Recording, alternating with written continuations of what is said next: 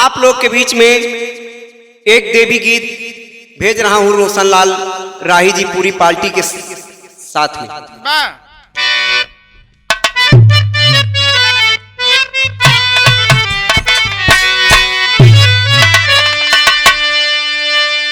आई सिंघा पे सवार माई, आई सिंह पे सवार माई, ओढ़ी के चुनरिया। आई सिंह पे सवार माई, ओढ़ी के चुनरिया। आई सिंह पे सवार माई, ओढ़ी के चुनरिया। आते द्वारे पर सवाली कबहू जाए नाही खाली। आते द्वारे पर सवाली कबहू जाए नाही खाली। आते द्वारे पे सवाली कबहू जाए नाही खाली।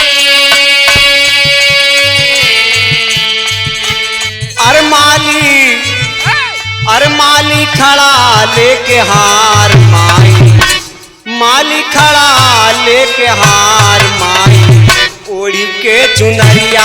माली खड़ा लेके हार माई, ओढ़ी के चुनरिया। माली खड़ा लेके हार माई, ओढ़ी के चुनरिया। अरे तू ही दुर्गा, तू ही कल्याणी, तू ही आदि शक्ति महारानी। तोहे दुर्गा तोहे कल्याणी, तोहे आदि शक्ति महारानी। तोहे दुर्गा तोहे कल्याणी, तोहे आदि शक्ति महारानी। हे माँ, क्या करते हैं भक्त लोग? हर ज्ञानी पूजई पग तोहार माई, हर ज्ञानी पूजई पग तोहार माई, ओढ़ी के चुनरिया। ज्ञानी पूजे पग तोहार माई, ओढ़ी के चुनरिया। ज्ञानी पूजे पग तोहार माई, ओढ़ी के चुनरिया। और क्या माँ के द्वारा क्या क्या होता है? और होती रोज जगराता माता तू ही भाग विधाता। होते रहे जगराता माता तू ही भाग विधाता। होते रहे जगराता माता तू ही भाग विधाता। और क्या जगत के माता क्या करती है?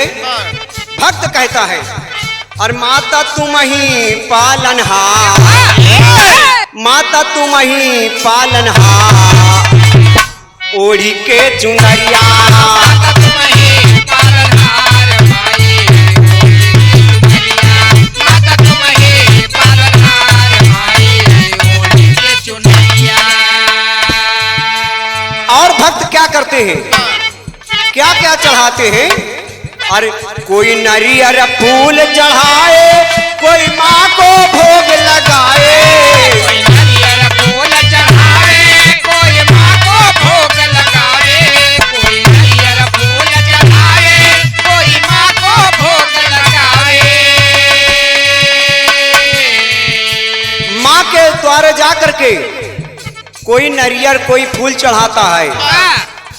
हर कोई नरियर फूल चढ़ाए, कोई माँ को भोग लगाए। कोई नारियल फूल चढ़ावे, कोई माँ को भोग लगावे। कोई नारियल फूल चढ़ावे, कोई माँ को भोग लगावे।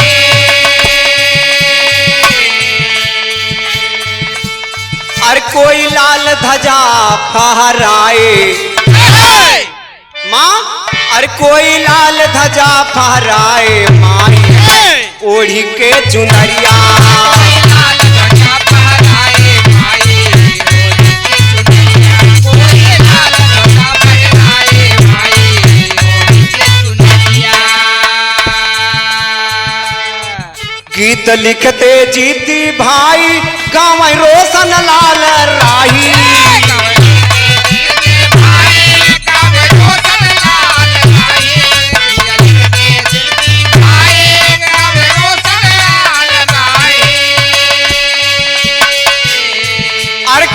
करते माँ की जय जयकार। हे माँ, माँ के द्वारे बड़ी जयकार होती है। हाँ। बोलो शेरा वाली मैया की जय। और करते माँ की जय जयकार मैया ओढ़ी के चुनरी